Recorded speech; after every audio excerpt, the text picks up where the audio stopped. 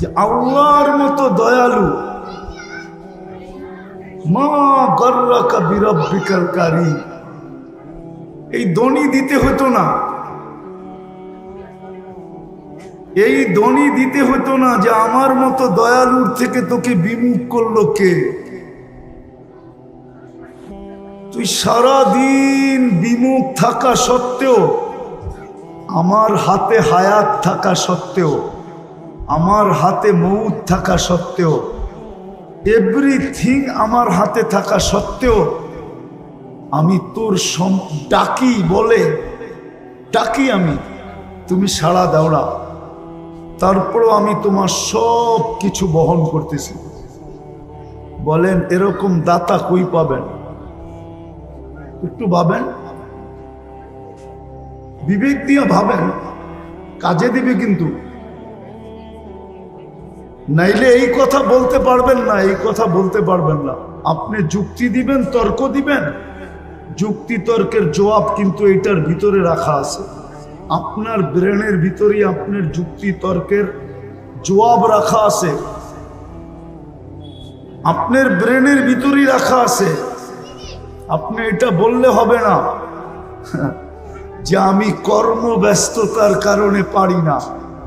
Driver যদি বলে আমি চালক হিসাবে নামাজ পড়তে পারি না, আমি ওকে প্রশ্ন করব তোমাকে চালানের যোগ্যতা কে দিল? হ্যাঁ, কে দিল? আল্লাহ। আরে বলেন না আল্লাহ। আল্লাহ বলতে দ্বিধা করেন কেন? আল্লাহ বললে 40 নেকি মিলবে, 40 নেকি। কে দিল তাকে যোগ্যতা? হ্যাঁ, আল্লাহ যদি জিজ্ঞেস করে যোগ্যতাটা কার ছিল বল। তোকে যদি প্রতিবন্ধী বানাইতাম কে কি করার ছিল? তোর মা বাবার চোখের পানি জড়ানো ব্যতীত আর কিচ্ছু ছিল না। চোখের পানি জড়াইতে থাকতো। আল্লাহর বিরুদ্ধে কেস কোথায় করত? হাইকোর্টে না সুপ্রিম কোর্টে না জজ কোর্টে না র্যাবের কাছে না আর্মির কাছে? কার কাছে করত? এই যে রাস্তায় যারা ডিউটি করে, এরা যদি বলে আমি ডিউটি করি, আমি নামাজ পড়বো কি করে? আমি যদি প্রশ্ন করি তোমাকে এই দেহটা কে দিল? ডিউটি করার মতো যোগ্যতা সম্পূর্ণ তোমাকে কে বানাইলো? এটা আমাকে বলো। আল্লাহ তো এটাই প্রশ্ন করবে, তুমি আমারটা দিয়া বাহাদুর, এই দেহটা কার? আল্লাহ। আচ্ছা, কার যৌবন দিয়া? হ্যাঁ, কি বলেন না? আল্লাহ। সুন্দরী মডেলিং কার সৌন্দর্য দিয়া? আল্লাহ। হ্যাঁ, সৌন্দর্যই তো লাগে মডেলিং এর জন্য, ঠিক না? না মডেল সবাই হইতে পারে না, মনে হয় বোঝেন না আপনারা। আরে মডেলিং হইতে হইলে কি লাগে? সৌন্দর্য লাগে না? হ্যাঁ। সৌন্দর্য কার দেওয়া? আল্লাহ। না ওর বাপ মা বাজার থেকে কিনা আইনা সেট করছে? হ্যাঁ, বলেন না? না প্লাস্টিক সার্জারি করছে পুরা শরীর? তাও তো না, কার দেওয়া? আল্লাহ। তাহলে ঠিক যে যেখানে কর্মরত ওকে কর্মযোগ্য কে বানাইছে? আল্লাহ। যদি না বানাইতো কিছু হইতো না।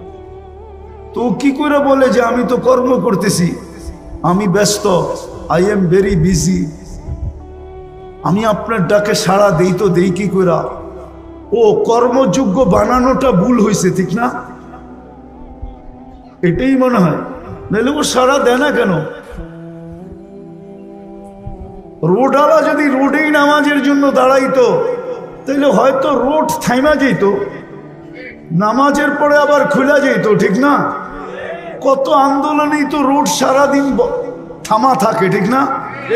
আপনাদের ফ্লাইওভার কি মাঝে মাঝে থামে না? হ্যাঁ, লম্বা জাম হয় না? না হয় না? না, এটা 24 ঘন্টা চলতে থাকে। মাঝে মাঝে তো আমরাও 2-1 ঘন্টা কাটায় দিই ফ্লাইওভারের উপরে। 10 মিনিটের জন্য যদি থেমা যেত। কিন্তু ও কবেলে সবাই যেন বুঝাইতে চাইতেছে তুমি আমাকে যোগ্যতা সম্পূর্ণ বানানো, এটা তোমার ভুল। তুমি আমাকে শ্রেষ্ঠ কেন বানাইলে? তুমি আমাকে সৌন্দর্য কেন দিলে? তুমি আমাকে কর্মযোগ্য কেন বানাইলে? যুবকও যেন বুঝাইতে চায় আমি আকর্ষণের পাত্র কেন বানাইলাম, আমাকে তৃতীয় লিঙ্গ বানাইতা তাই ভালো ছিল, মানুষ দেখতো আর খালি হাততালি দিত। অন্য ভাষায় বুঝাইলাম, এটাই মনে হয় ভুল হয়ে গেছে। বিদায় আসেন শেষ জায়গায় চলে আসছে, আর লম্বা করতে চাইতেছি না। মানুষকে আল্লাহ নিশ্চয় দিছেন একটা মেসেজ বোঝানোর জন্য, যে মানুষ ভালো মতে বোঝো, আমি ছাড়া যেরকম তোমার অস্তিত্বের কোনো বিকল্প চিন্তা ছিল না, আল্লাহ ব্যতীত মানুষের অস্তিত্বের কোনো বিকল্প চিন্তা আছে না নাই? আছে? আল্লাহ ছাড়া মানুষকে অস্তিত্ব দিতে পারবে? কোনো বিকল্প চিন্তা আছে? আল্লাহ বলে আমি ছাড়া যেরকম তোমার অস্তিত্বের বিকল্প চিন্তা নাই, আমি ছাড়া যেরকম তোমার পূর্ণতার বিকল্প কোনো চিন্তা নাই, চিন্তাধারা নাই, যে মানুষকে যদি আল্লাহ শারীরিক পূর্ণতা না দিত, না দেন, তাহলে দুনিয়ায় আসার পরে টাকার বলে যদি পূর্ণতা নিতে পারত, তাইলে বহুত প্রধানমন্ত্রীদের ঘরেও এরকম বাচ্চা কাচ্চা আছে যেটা মার পেটের থেকে পূর্ণতা নিয়ে আসে নাই, কিন্তু প্রধানমন্ত্রীর টাকার পাহাড় থাকা সত্ত্বেও উনি দুনিয়াতে উনার ঘরের বাচ্চার পূর্ণতা নিতে পারেন নাই। আঙ্গুল দিয়া দেখাবো? 2-4টা দেখানো যায়, নাম সহ দেখানো যায়, নাম সহ। পূর্ণতা নেওয়ার কোনো সুযোগ নাই। তো আল্লাহ বুঝাইতে চাইতেছেন আমি ছাড়া তোমার অস্তিত্বের যেরকম কোনো বিকল্প চিন্তাধারা নাই। মানুষ চিন্তা করছিল, চিন্তা যে মার পেট ছাড়া টেস্ট টিউব বেবি বানাবে, টিউবের ভিতরে বানাবে, টিউবের ভিতরে, মার পেট ব্যবহার করবে না। কিন্তু বিজ্ঞান বানাইছিলেন, কিন্তু পরে দেখছেন যে এটা দিয়া কোনো কর্ম করা যাবে না। যেরকম যদি বুঝাই, বুঝবেন কিনা জানি না, ঢাকা শহরে বাস করেন তো, গ্রামগঞ্জে যান না, কোত্থেকে বুঝবেন? গ্রামে অবেলা যদি মেয়ের জামাই আসে তো শ্বশুর শাশুড়ির মুরগি ধরতে যায়, গ্রাম্য মুরগি ধরতে যায়, দেশি মুরগি ধরতে যায়, মাঝে মাঝে কাপড়ও খুলা যায়,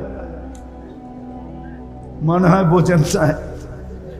আর পোল্ট্রি যেটা ফার্মের, ওইটা নড়ে আর চড়ে, নড়ে আর ওটা না হাঁটে না দৌড়ায়, ও বইয়েই থাকে, ঠিক না? তো বিজ্ঞান দেখছে বাচ্চা তো হবে, কিন্তু ওইটা দিয়ে কর্ম করা যাবে না, বাস চালানো যাবে না, বন্দুক চালানো যাবে না, প্লেন চালানো যাবে না, দুনিয়ার কোনো কাজ করা যাবে না। ওইটার নাম দিতে হবে পোল্ট্রি বাচ্চা। পোল্ট্রি কি? ওটা নড়বো আর চড়বো, ঠিক না? তো বিজ্ঞান কানে দইরা তওবা করে ফেলছে, এখন আগের জায়গায় চলে আসছে যে আল্লাহ ব্যতীত অস্তিত্ব দেওয়ার কোনো বিকল্প নাই, আল্লাহ ব্যতীত পূর্ণতা দেওয়ার কোনো বিকল্প নাই। টাকার বলে পূর্ণতা নেওয়া যায় না। তো সব যখন আল্লাহ দেন, তাইলে ওই ব্যক্তিটাকে যখন আল্লাহ ডাকে তো আসে না কেন? কেন আসে না বলেন? এই জন্যই তো বলছে মানুষের মতো অকৃতজ্ঞ কেউ নাই, নিমক হারাম কেউ নাই। মানুষের চেয়ে নিমক হারাম কোনো জাতি নাই, মানুষের চেয়ে অকৃতজ্ঞ কোনো জাতি নাই, মানুষের চেয়ে কপাল পোড়া কোনো জাতি নাই। বরং দেখা যায় মাঝে মাঝে কিতাব ঘাটলে দেখা যায় মানুষের চেয়ে নিকৃষ্ট কেউ নাই। হ্যাঁ, শুকরও মাঝে মাঝে সকালবেলা ঘুমের থেকে উঠা বলে মালিক চোখটা খুলবো, কিন্তু কোনো বেনমাজির উপরে যেন দৃষ্টিটা না পড়ে। আল্লাহ জিজ্ঞেস করে কেন? বেনমাজি আমার চোখে আমার চেয়ে নিকৃষ্ট। তো যুক্তি জিজ্ঞাসা করে, কোন যুক্তিতে? আমি তো উঠেই তোমার প্রশংসা করি, আর তুমি ওকে ডাকো, তারপরে ও আসে না। তুমি ওকে ডাকো, আর আল্লাহ ডাকে কেন? এক গাদা জিনিস দেওয়ার জন্য ডাকে, এক গাদা। হায়, মুসলমান যদি নামাজ পড়তো তাহলে আমার বিশ্বাস ঢাকা শহরে এত ক্লিনিক হতো না। আমার বিশ্বাস এত লম্বা ঘন্টায় ঘন্টায় সিরিয়াল দিয়ে বসে থাকতে হতো না। আর আমার বিশ্বাস ডাক্তারদের পোয়া বারো হতো না যদি মুসলমান নামাজ পড়ার মতো পড়তো। কেননা নামাজের ভিতরে আরোগ্যতা রাখা আছে, শেফা। আপনি বলবেন হুজুররা অসুস্থ হয় কেন? আমিও বলবো আমিও ওই নামাজ পড়ি না যেরকম পড়ার দরকার। আর পড়লে আল্লাহ রসুলের কথাই সত্য। সল্লি, পড়ো, ফাইন্না ফিস সালাতি শিফা। নামাজ পড়ো, নামাজের ভিতরে আরোগ্যতা রাখা আছে।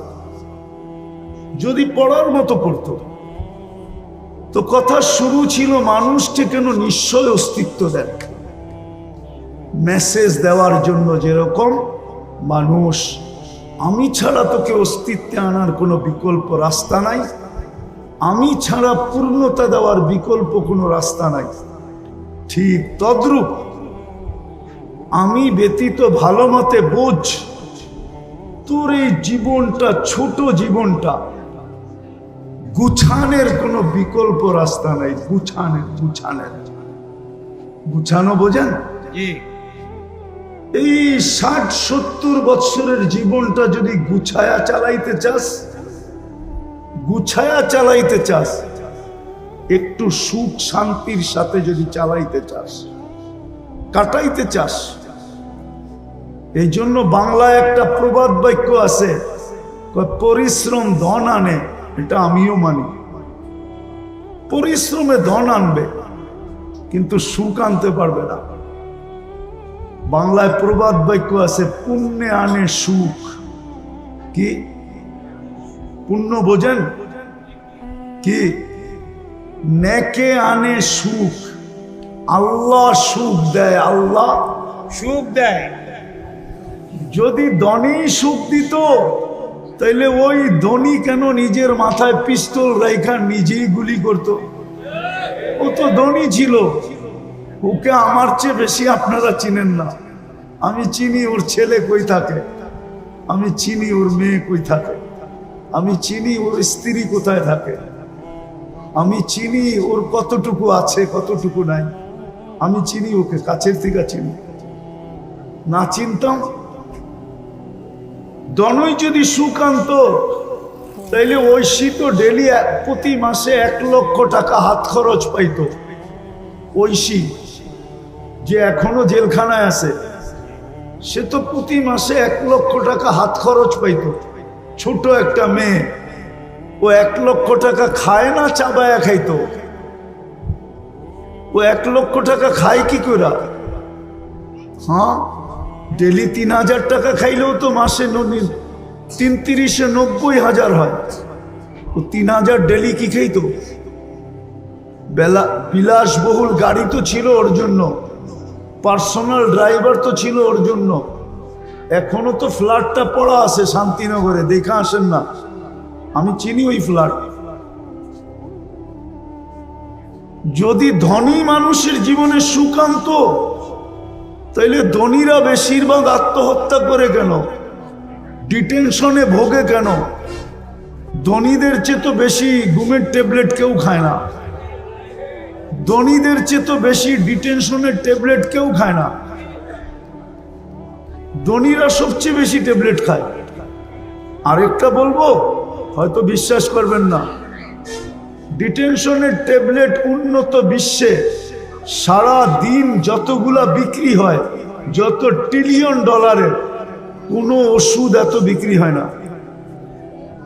আমি তো ঘুরা বলতেছি, ঘুরা আমেরিকা যায়া বলতেছি, কানাডা যায়া বলতেছি, ইংল্যান্ড, ইউরোপ, অস্ট্রেলিয়া, জাপান, শুধু বাকি আছে নিউজিল্যান্ড। বাকি সব ল্যান্ডে যায়া বলতেছি, তাইলে ওরা কেন এত বেশি ট্যাবলেট খাইতো ঘুমানের? মুসলমানের ঘুম দেখা কেন মুসলমান হইতো? আমি তো চিনি আমেরিকাতে ওই ব্যক্তিকে, যে মুসলমানের ঘুম দেখা মুসলমান হয়েছে। সত্য বলতেছি।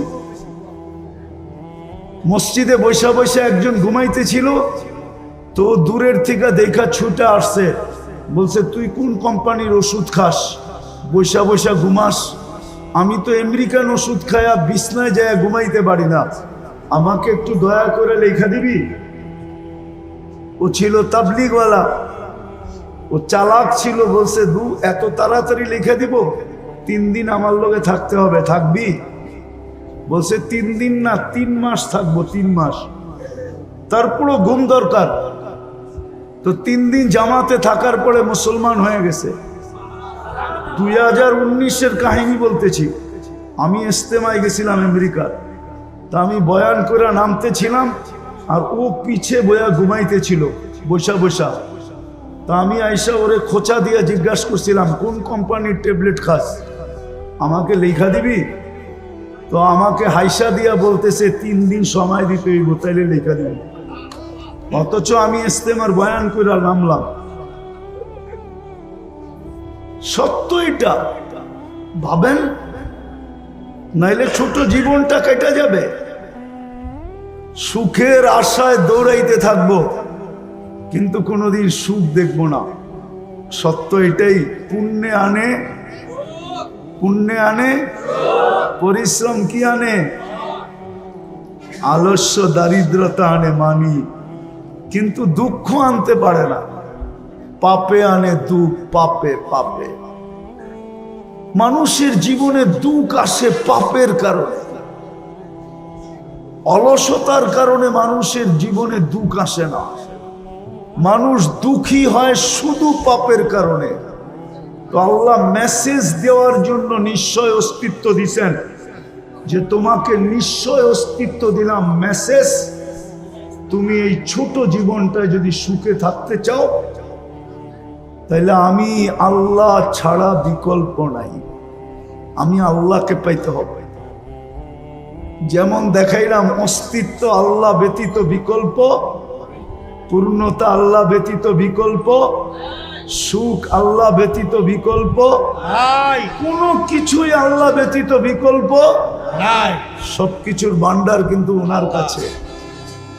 নইলে দৌড়াইতে থাকবো, যেমন আজকে দৌড়াইতেছি।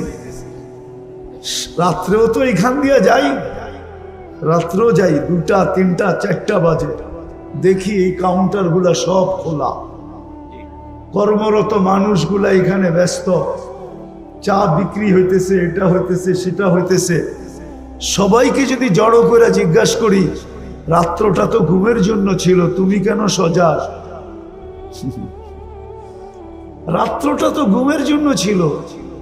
রাত্রের 1 ঘন্টা ঘুম দিনের 5 ঘন্টার ঘুমের সমান হয় না। ওয়াজআলনা লাইলা লিবাসা ওয়াজআলনা নাওমা সুবাতা। রাত্র বানানো হয়েছে ঘুমের জন্য, দিন বানানো হয়েছে ওয়াজআলনা নাহারা মাআশা। দিন বানাইছি আমরা কর্মের জন্য, কিন্তু সাইদাবাদ তো 24 ঘন্টা কর্ম করে, না করে না? 24 ঘন্টা কর্ম করে। যদি জিজ্ঞাসা করি কর্ম করো কেন, আচ্ছা বলেন, লাউড স্পিকার বাইরেও খোলা আছে, শীত তো শুরু হয়ে গেল, ঠিক না? 2 দিন পরে কনকনে হবে, ঠিক না? এই কনকনে শীতের রাত্রে ল্যাব গায়ে দিয়া 2 জনে ঘুমানো সবচেয়ে মজা। 2 জন বলছি, কিন্তু ল্যাব গায়ে দিয়া 2 জনে ঘুমানো সবচেয়ে মজা, না সাইদাবাদের কাউন্টারে বইয়া টিকিট বেচা মজা? মানুষ হিসাবে বলেন কোনটা মজা? হ্যাঁ, শীতের দিন, কনকনে শীতের দিন, সকালবেলা ল্যাপের ভিতরে 2 জনে ঘুমানো মজা, না সকাল সকাল ওইটা রাস্তা দিয়ে হাঁটতে হাঁটতে কর্মের দিকে যাওয়া মজা? কোনটা মজা? আরে বলেন না। ঘুমে মজা। কিন্তু ওকে যদি জিজ্ঞেস করি, ও বলবে সুখের জন্যই তো এখানে বসে আছি। কিসের জন্য? সুখের জন্য। তো সুখ ছাইরা সুখের জন্য বসে আছে।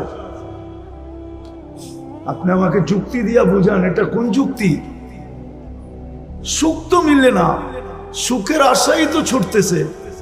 শীতের দিন তো সকালবেলা ফজরের পরে দেখি, আমি তো খিলগাঁই থাকি, ঢাকা শহরেই থাকি, রাস্তাগুলার ভিতরে মানুষের স্রোত যখন দেখি সকালবেলা, তো নিজের মনটাই বলে হায় সুখের আশায় সুখ ছাইড়া কনকনে শীত গায়ে নিয়া ছুটতেছে সবাই।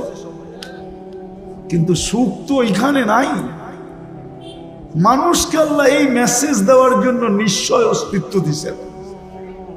মানুষ বোঝ,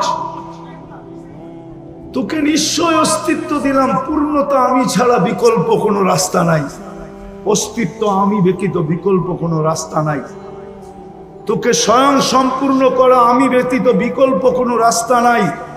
বিজয় তোর দিলের ভিতরে কাত, এই ছোট জীবনটাও সুখী হওয়ার জন্য আমি ব্যতীত বিকল্প কোনো রাস্তা নাই। এই জন্য আল্লাহ মেসেজ দেওয়ার জন্য নিশ্চয় সমগ্র সৃষ্টি তৈরি হলো হুকুম দিয়া, দুটা অক্ষর দিয়া, একটা কাফ একটা নুন। আর মানুষ তৈরি হলো কুদরতি হাত দিয়া। তো যেটা হুকুম দিয়া তৈরি হলো সেটা তো সর্বদিকে পূর্ণতা নিয়ে আসলো। চোখের দেখা বলতেছি, মুরগির বাচ্চা ডিমের থেকে বাহির হইতে দেরি, হাঁটতে দেরি করে না। গরুর বাচ্চা মার পেট থেকে আসতে দেরি, 2-4 ঘন্টা পরে দৌড়াইতে দেরি করে না, ঠিক না? কিন্তু এটা তো হুকুমের তৈরি, আমি তো কুদরতি হাতের তৈরি। আমি কেন নিশ্চয় আসলাম? নিশ্চয়তার চিত্রটাও দেখাবো। প্রথমত আমি শ্রেষ্ঠত্ব নিয়ে আসলাম, তারপরও নিশ্চয় কেন আসলাম? কুদরতি হাতের তৈরি, তারপরও আমি নিশ্চয় কেন আসলাম? যে হুকুমের তৈরি সে স্বয়ং সম্পূর্ণতা নিয়ে কেন আসলো?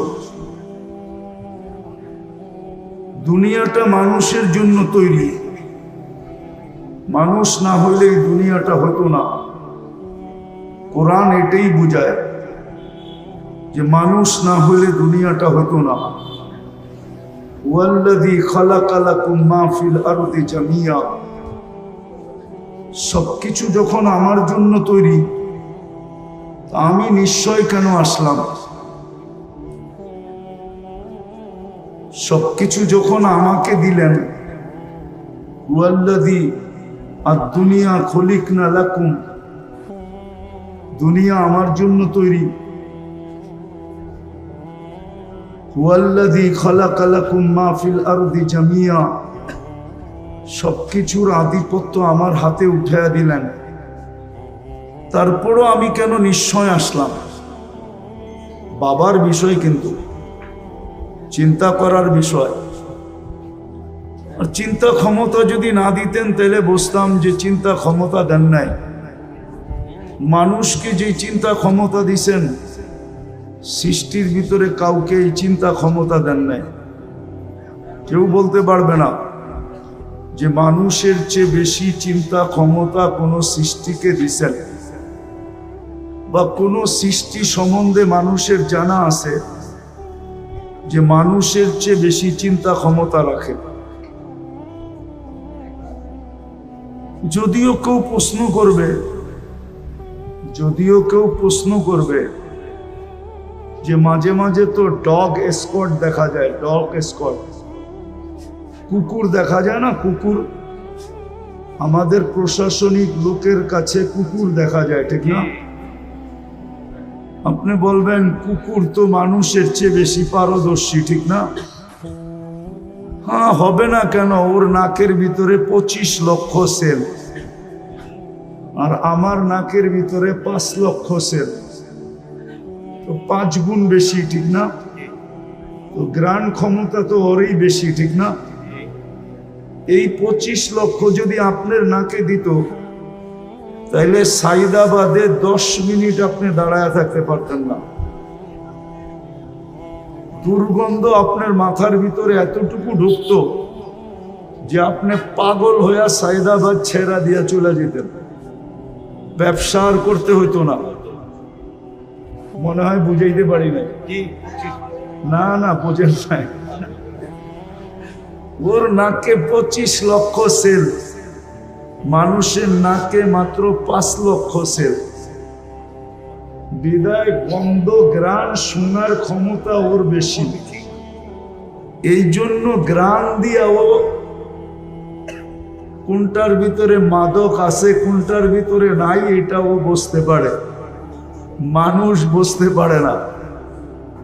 ও একদিক দিয়েই পারদর্শী, শুধু গ্রাণ শোনার দিক দিয়েই পারদর্শী, আর মানুষ সর্বদিকে পারদর্শী। বিদায় কেউ যদি ভাবে যে কুকুর মানুষের চেয়ে উত্তম, তাহলে এই ধারণাটা ভুল হবে। মানুষ সর্বমুখী পারদর্শী। কি সর্বমুখী পারদর্শী? আচ্ছা, ওরে যে ট্রেনিং দিয়া ট্রেনিং প্রাপ্ত বানাইলো, এটা কি কুকুরে বানাইলো না মানুষে বানাইলো? মনে হয় বুঝাইতে পারি না। তাহলে ওর ওস্তাদ কে? মানুষ। তাহলে মানুষই তো শ্রেষ্ঠ, ঠিক না? মানুষ শ্রেষ্ঠ হওয়া সত্ত্বেও নিশ্চয় আসে কেন? আমি তো 4-5টা দেখাইলাম, ইচ্ছা করলে ফজর পর্যন্ত দেখানো যায়, কিন্তু এতগুলা মনে থাকবে না। আজকাল আমাদের ব্রেন সব চলে গেছে প্রযুক্তিতে, আমাদের ব্রেন আমাদের কাছে নাই। এই জন্য এখানে পাওয়া যাবে কলেজের ছেলে, একে পাওয়া যাবে শিক্ষিত। যদি একটা সহজ ঘরের নামটা বলতে বলি তাহলে বলতে পারবে না, এটা আমার বিশ্বাস। বলুক 13 নামটা বলুক, 13 নামটা পারবে না। ও 13-কে 13 দিয়া গুণ দিতে গেলে ক্যালকুলেটর তালাশ করবে। আর আগের যুগে আছে 25 পর্যন্ত নামটা মুখস্থ করতে হইতো স্কুলে, প্রাইমারিতেই কমপ্লিট হইতো 25 পর্যন্ত। আমরা 25 পর্যন্ত পড়ছি। তো এখন চলে গেছে মানুষের ব্রেন প্রযুক্তিতে, মোবাইল বললাম না, প্রযুক্তিতে চলে গেছে। বিদায় বেশি বললে মনে থাকবে না, এই জন্য চোখা চোখা 2-4টা বলতেছি। চোখা চোখা বোঝেন? মনে হয় বোঝেন না, ঢাকায় শব্দ তো কই থেকে বুঝবেন? এখন বললে তো অন্যের আবার চেতা যাইব। এখানের আদি বাসিন্দারা সবাইকে অন্য একটা শব্দ বলে, ওই শব্দটা বললামই না, এই জন্য 2-4টা বললাম আর কি। যে মানুষ সৃষ্টির সেরা, সে নিশ্চয় জমিনে পা রাখে কেন? অথচ যুক্তি তর্ক বলে গাভীর বাচ্চাটা দুনিয়াতে আসতে দেরি, 2 ঘন্টা পরে দৌড়াইতে দেরি করে না।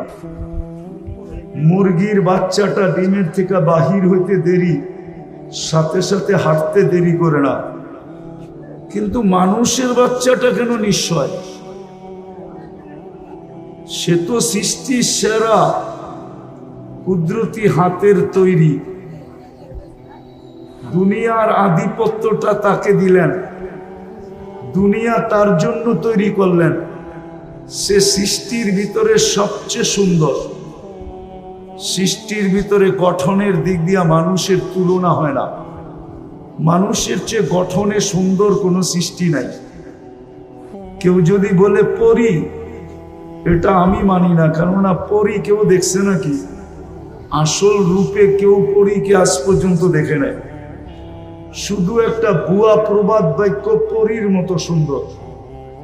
আচ্ছা, যুক্তিতে বলেন পরী যদি সুন্দর হইতো তাইলে কাইলা ছেড়ারে কেন ধরলো?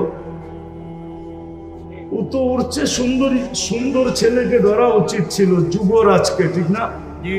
ও কাইলা ছেড়ারে কেন ধরলো? আমারে যুক্তি দিয়া বুঝান। মানুষ তো প্রমোশন চায়, ডিমোশন চায় না, ঠিক না?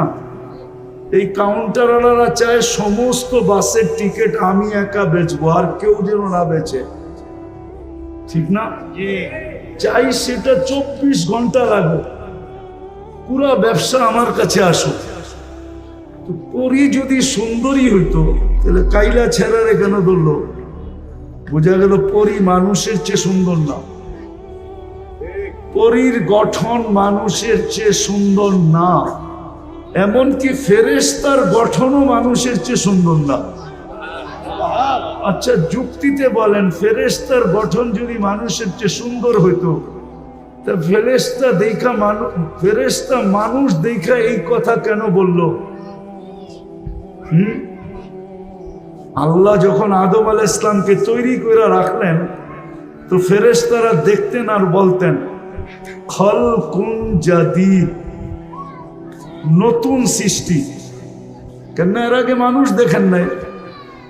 দ্বিতীয় বলতেন খালকুন জামিল, নিজেদের দিকে তাকায় বলতেন এত সুন্দর।